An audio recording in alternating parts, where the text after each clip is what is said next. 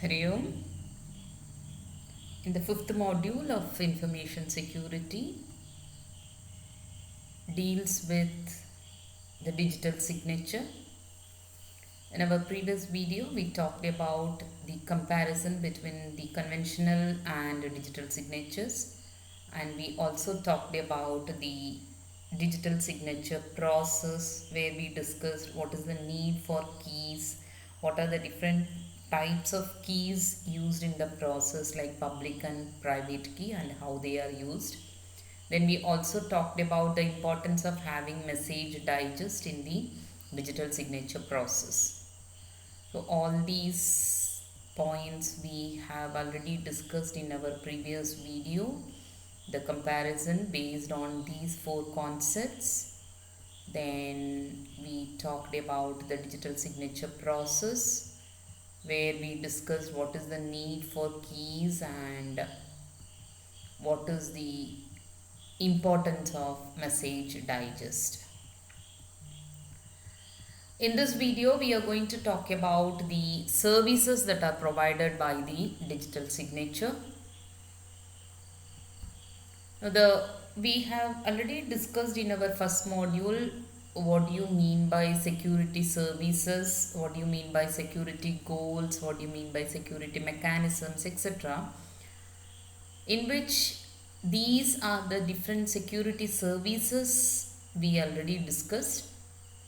The confidentiality, the message authentication, integrity and non-repudiation. These are some of the security services provided by different mechanisms or implemented by different mechanisms. Out of these services, the digital signature can directly provide message authentication, message integrity and non-repudiation can be directly provided by the digital signature. Whereas for the message confidentiality, the digital signature requires encryption and decryption also. So that means it has to do encryption and decryption 2 times for having the confidentiality in the digital signature scheme. We'll discuss each of these one by one. Let us first talk about message authentication. We know that message authentication is any process by which a system verifies the identity of a user who wishes to access it, right? So who sends this particular message, whether the sender is an authorized person for sending the message or not. So that is what will be identified in the message authentication process, and the digital signature scheme can provide the message authentication. Now, how it provides message authentication is the basic process of digital signature. So, there is a sender and receiver on the other end. A message which is to be signed by the sender, and the receiver has to check whether the message is sent by the authorized person. So, for which the original message will be given to a message digest algorithm, which is generally a cryptographic hash function, and this algorithm generates a message digest. So we know that the message digest is smaller in size comparing to the original message. And this message digest will be given to an encryption algorithm, which you call as a signing algorithm or an encryption algorithm. And apart from the message digest, the sender's private key will also be given as the input to this algorithm, which will generate an encrypted message digest. So this encrypted message digest is what we call as the signature of the sender. Now, on the receiver side, both message and the encrypted message digest, which is nothing but the signature, both will be received. And the receiver, what he does, the message what he receives will be given to the cryptographic hash function, which is the message digest algorithm, and this will be generating a message digest. At the same time, on the receiver's end, the message digest which was received by the receiver will also be given to the decryption algorithm. Please make a note of it. This is not encryption algorithm. This is the decryption algorithm. I think let me go for correcting it.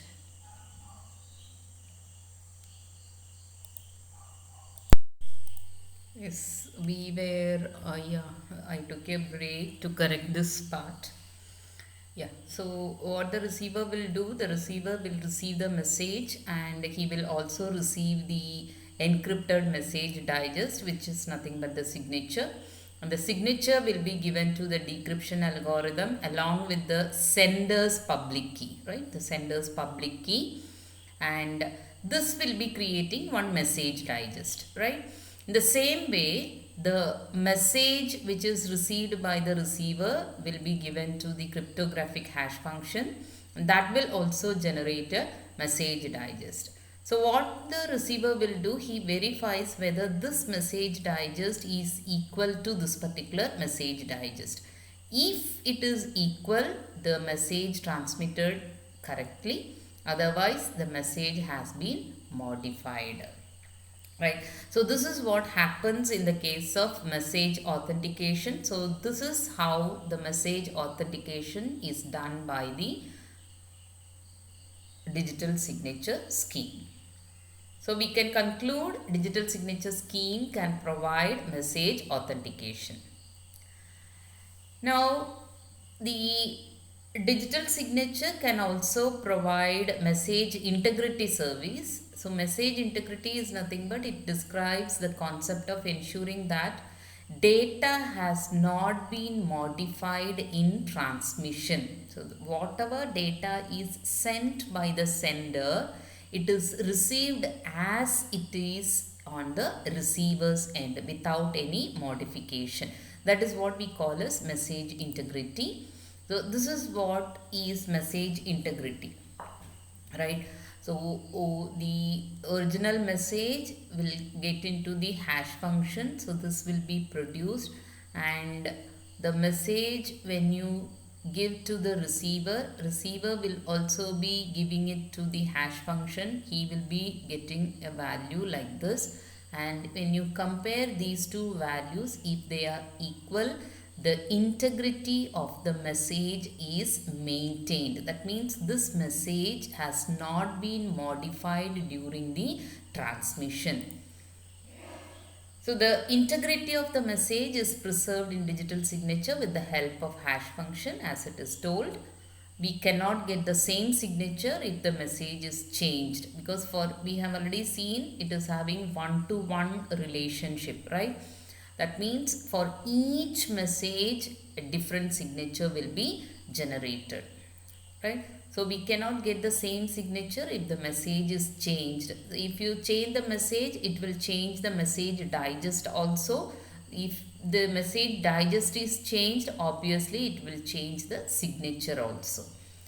So even if we sign the whole message, the integrity is also maintained. So we had seen that digital signature scheme uses message digest for signing. But even if you are going to use the whole message, the integrity will be maintained. Now, the third service that is provided by the digital signature scheme is what you call as non-repudiation. Non-repudiation refers to a service which provides proof of the origin of data and the integrity of the data. That is, non-repudiation makes it very difficult to successfully deny who or where a message came from, as well as the authenticity and integrity of that particular message. The non-repudiation is generally provided using a trusted third party. So this is what is non-repudiation. Here we are going to use a trusted third party for the non-repudiation. So you have a trusted center in between the sender and the receiver. You can observe here, Alice wants to send the message by signing the document. So Alice will be signing the document with her private key. and this message and Alice signature will be sent to the third party, which is the trusted center. Okay. Now the third party, what it will do, it will be verifying whether this message is coming from Alice by using Alice public key. So it is going to verify the algorithm. Then it will be getting a message. Now this message will be signed by the trusted third party with the private key of the trusted center, and this will be sent to the receiver. So the message which is signed by Alice is not directly going to Bob. Instead, it goes to the trusted center, and the trusted center will verify whether it is coming from Alice. If it is convincing, the trusted center will send the message signed by the trusted center, and it goes to Bob, and there Bob is decrypting or verifying using the public key of the trusted center. So that is the basic difference here. In our normal digital signature process, it will be decrypted with the sender's public key, but if you want to have non-repudiation service, you need to have a trusted third party. So the receiver will be decrypting or verifying the message using the public key of the trusted center. So they are not directly having the communication. They keep a third party here, and the third party will assure whether the message is coming from the sender and the message is going to the receiver. During this transmission, whether the integrity of the message is maintained or not, that will also be confirmed by the third party trusted center. So let us see how it goes using this particular diagrammatic representation. So entity A is the sender, entity B is the recipient, and we have a authentication, certificate authentication is done by this CA. So what happens now? Entity A will be digitally signing the message hash. Message hash is nothing but the message digest with the private key. Okay, so this is what happens in the first step. Then entity A sends the signed message to entity B and presents entity B with their certificate. So when it is sending it, before that what it does, entity A will request a certificate from CA or an intermediate registration authority. So they are the trusted center. So CA verifies the identity of entity A, and CA will sign the entity A's public key with CA's private key. So that is what we had seen here, correct? Okay. Then the certificate will be issued to entity A. Now this certificate will be sent to the recipient, entity B, and the certificate and the signed message will be given to entity B. Now entity B will be checking the authenticity of the entity A certificate to verify the identity. So it refers the trusted party to verify the identity.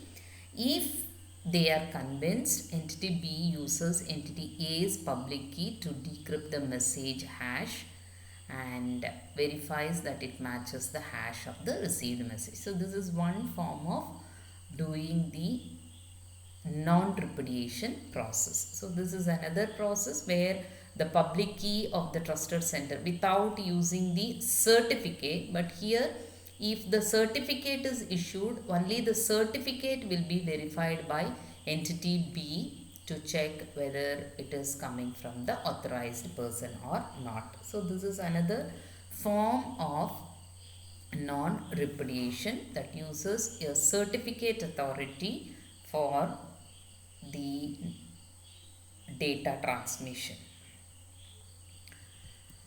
Now the next service that can be provided by the digital signature is the confidentiality. A digital signature does not provide confidentiality. We know that because digital signature is a public key crypto system, that uses the sender's private key for encryption. But for if you want to have confidentiality, you need to use the public key for providing secrecy. So if there is a need for secrecy or confidentiality, we are going to introduce another layer here, which will be having encryption or decryption, right? That is, the message and the signature must be encrypted using the another set of keys. Okay, now, so how do we add confidentiality to digital signature scheme? This is how we are going to do. Alice wants to send a signed document to Bob in a confidential manner. So what she does, Alice will be signing the document using her private key, and she does the encryption process of the of the signature, right, and the document. It will be encrypted using Bob's public key. Right? So the encrypted message and the signature will go to Bob, and there Bob will decrypt it, and while decrypting, Bob will use his private key. Then the decrypted message will be used for the verification process with Alice public key, and there she receives whether the message is authorized and confidential. Right. So this process we had already seen in our earlier slide, where we talked about the asymmetric crypto system, right? So before we started with digital signature, we had seen asymmetric crypto system can be used for confidentiality, authentication, or both. So if you want to have confidentiality, you need to have authentication and secrecy in the digital signature scheme. So we are going to use two encryption algorithms. So this encryption algorithm is for the signing, and this encryption algorithm is for maintaining the secrecy. So this is the signing algorithm, and this is the secrecy maintaining algorithm or the encryption process. And so you decrypt it, and again this decryption is nothing but verifying algorithm, and you will get the message at the destination, right? So this we had already discussed. So using that concept, we can have message confidentiality service also in the digital signature scheme. Okay, so this is what is depicted here, right? So in general, we can say the digital signature provides message authentication, message integrity also, non-repudiation is also provided. All these three services are provided directly by the digital signature, whereas if I want to have message confidentiality, I need to have another layer that has encryption and decryption process with another set of or let me say another pair of keys in the digital signature scheme, right? So let us stop here, and we will be talking about the attacks on digital signature in our upcoming video. Thank you.